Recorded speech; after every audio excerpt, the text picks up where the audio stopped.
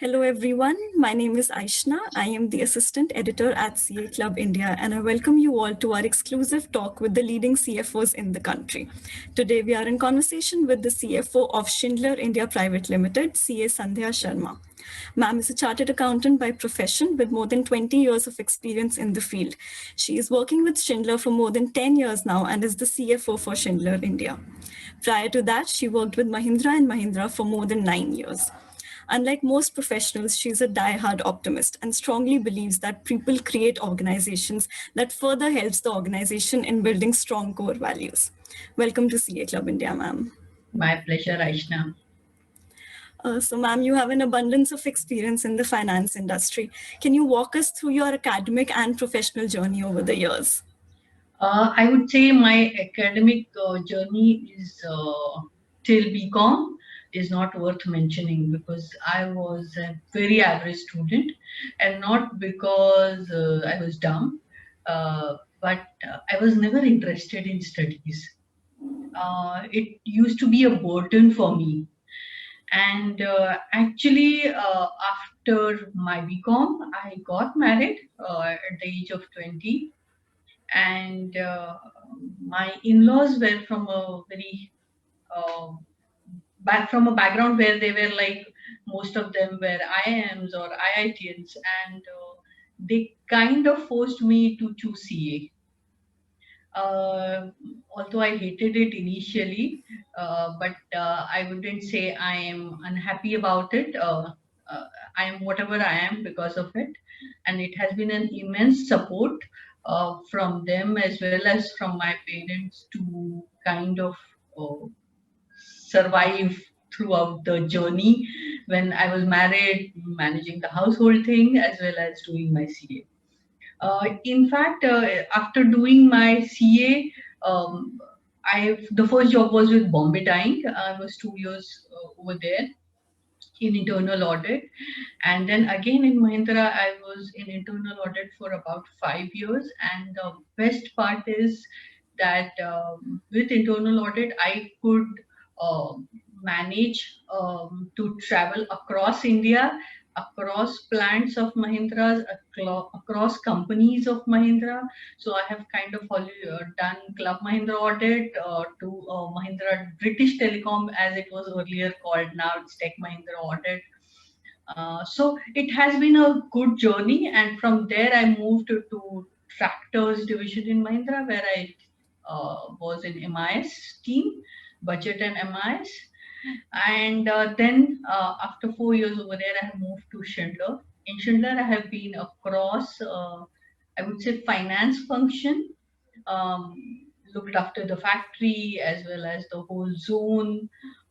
So it has been a good journey, I would say, and with varied experience.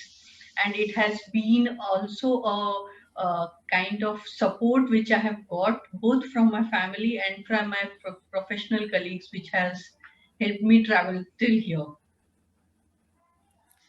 So, ma'am, that was a very interesting thing that you mentioned that it is not important to be good in studies to succeed in life. And I personally believe in that as well. So, thank you for saying that out loud. And I'm sure there are a lot of things that a CFO has to take care of. So, what are the core roles and responsibilities of a CFO? I would say core roles and responsibilities have changed over a period. Uh, Initially, it was more like being a finance department was most of the post-mortem analysis, I would say, recording what has already happened, more like a bean counter role. I would say the current roles and responsibilities is first understanding the business extremely well. So I would say earlier CFO's role was more like a bean counter, more if you talk in KPI terms, more like a lag indicator. But now it has moved from there to a lead role, uh, active part in all the business decisions. Personally, in my organization, I am part of every business decision that is taken, and actively working on new processes, how it can support the growth. So I would say the first requirement is understanding the business well. Second, being a strong support towards achieving the vision and mission of the organization. Because finance as a part has to be kind of involved in the vision and mission journey, which can probably support the growth well, digitization well, people support, so all these areas. Third, I would say is people development. This most of the finance professionals, I would say, do not work actively, but I feel that is one of the areas that we need to strongly work on. Um, I would say one concern because of this also is that if we don't do people development, most of the CAs are slogging or burning midnight oil in office. So I feel that strongly people development is one of the core functions that as finance professionals we should do. Fourth is compliance. Of course, it is a part, it is given, and with the automation, most of the things have kind of getting digitized, automized, which is making the life a bit easier, I would say. And fifth, one area which I strongly feel is CSR.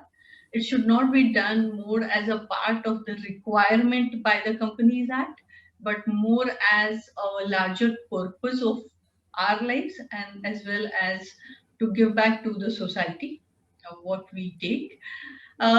With this, it takes care of, I would say, all the stakeholders.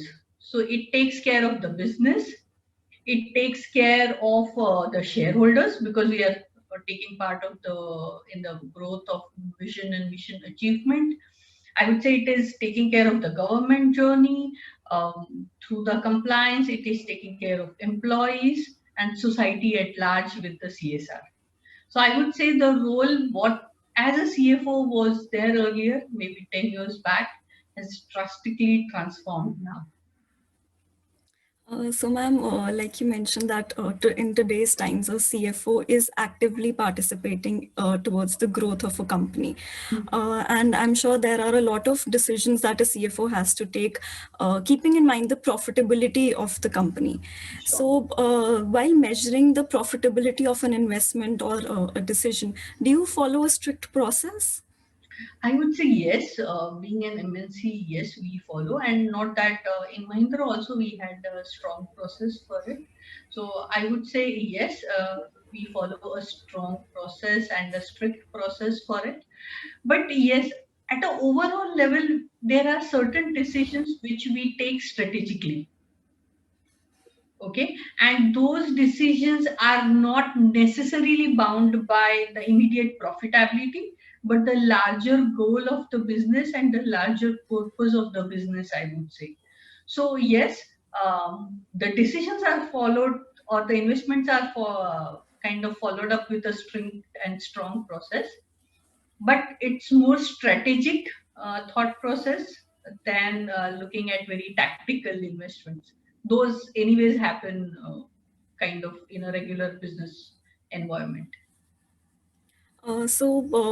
Like some decisions are based out of your experience or your gut, or are there any also ways where you take a decision? Maybe if we talk about CSR, so it is still a very new thing, and people normally take CSR to be something as a compliance requirement and not something that we should do to give it back to the society. So, do you take decisions on your gut as well? Uh, yes, I as a person take decisions on gut as well. I wouldn't say that it is not backed up by data at all. Yes, data of course is there, but I personally take decisions on gut, and I would say there are certain areas where I specifically do it. If it's related to employees, if it's related to CSR and such other areas, and if it is related to customer satisfaction. I would say these three areas are such that where I would follow my gut more, because immediately the data cannot show a profitability of kind of doing a CSR, but it's definitely there. So, like, we're in the middle of a pandemic, and that has changed how businesses function across the globe, not just in India. We were all shifted to a work from home situation, something that was rarely advised, in the past. So, do you think that once this COVID crisis is over, the work from home situation will still be beneficial for some companies? I would say I wouldn't say for companies, but employees definitely. Uh, I would say it is taking the best of both the worlds.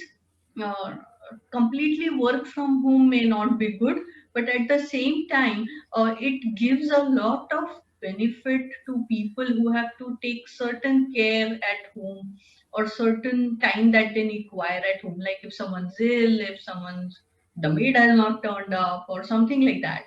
People can stay at home, manage both work and home. And I feel this pandemic has been easier for people who have trusted their colleagues more in terms of work. Moving away from monitoring the in and out time to monitoring what the person's KPIs and objectives are and what is the role requirement and if that person is doing it or not. To give an example, I have a colleague, both a guy and a lady, examples of both. So the lady had her father-in-law detected with cancer. Now her husband had to take him to the doctor all the time, but she at home could manage the whole kind of affair because she could work from home. She used to manage during daytime her work, homework, but at night she used to work and she used to complete her targets. I never had an issue. Same time, a guy who lost his mother, he was COVID tested. Again, there are network issues at near his house, but again, he manages it with his own time frame. But I never had any issue with them in terms of their work is incomplete. So I feel more that two things have improved that we have learned to trust our colleagues more. I wouldn't say work from home wasn't there earlier, but we used to not trust people so much. I would say I was not trusting so much. I wouldn't comment about others, but personally, I wouldn't say I was trusting so much. But post pandemic, this is what I have learned to focus from the in and out time to rather moving to the deliverables. And second is that this has shown that both the worlds are possible, and if we have the best blend of it, it will be great. I totally agree with that it is the best of both worlds. Hmm. However, there have also been numerous complaints by the employees that they're not able to maintain a optimum work-life balance while working from home. Maybe because the lines have blurred, and maybe because people can now do things as per their own time frame, as per their own convenience. So, what do you do to maintain an optimum work-life balance? I would say it's crucial, but it's all upon us. I wouldn't like to blame anyone for it. This is what my learning has been in pandemic. That if you dissect any problem, the core is me. It is not with anyone else. So anyone may choose to write mail at midnight. It is upon me whether I should respond to it or not. I don't need to wake up and respond to it. So I would say, yes, the on mode is a little overwhelming these days, but few mindful practices can help us kind of maintain a good work-life balance. And probably it is more important anywhere at work and in personal life also that we be present over there rather than just being physically present over there. And being present means being mindfully present. And I feel there are certain practices which I follow, like take five, that is kind of taking 5 minutes to understand that what is the emotion that I am running through. Am I in the right phase to do certain work? Maybe um, uh, work which is required in the kitchen or maybe for the office, but take five. I have been following post pandemic yoga, meditation. So this has helped me kind of balance my thought process. So I would say it is upon us rather than anyone else to maintain the work-life balance. Is there a mantra that you followed early on in your career that has helped you reach where you are today? I wouldn't say so. The early life was normal. I would say I never thought that I would reach this level. One, I'll be honest. But at the same time, there was definitely certain core values which has helped me guide my journey and kind of take me to the level I am. I would say core values define like an organization it defines us as well. It's like never taking a benefit out of just being a female colleague. Um, Right. uh, Being equally contributor rather than just telling that I can't do this, I can't do that. So I would say equal contribution that has always benefited. One is, and second is also not getting too much into um, groupism. This is what my dad used to always mention. Maybe it is not relevant for many, but I thoughtfully do not follow some person in an organization. I be independent. I give my best, and I feel that that works. That worked for me, and it may work for everyone else as well. So I would say core values, personal core values, guided all the time, and it has helped me. And nevertheless, I had good mentors during my journey, although I would say my mentors came a little late in my life, but extremely helpful mentors. So, right from Mahindra to Schindler, and excellent coaches who have helped me reach over here. Thank you so much for sharing your experience with us, ma'am. And I'm sure our viewers have a lot to learn from you and the 20 years of experience that you carry with you. And I hope that our viewers who are aspiring to be in the finance industry follow your advice and make it big. Thank you so Sure. much. Pleasure. Best wishes. Thank you.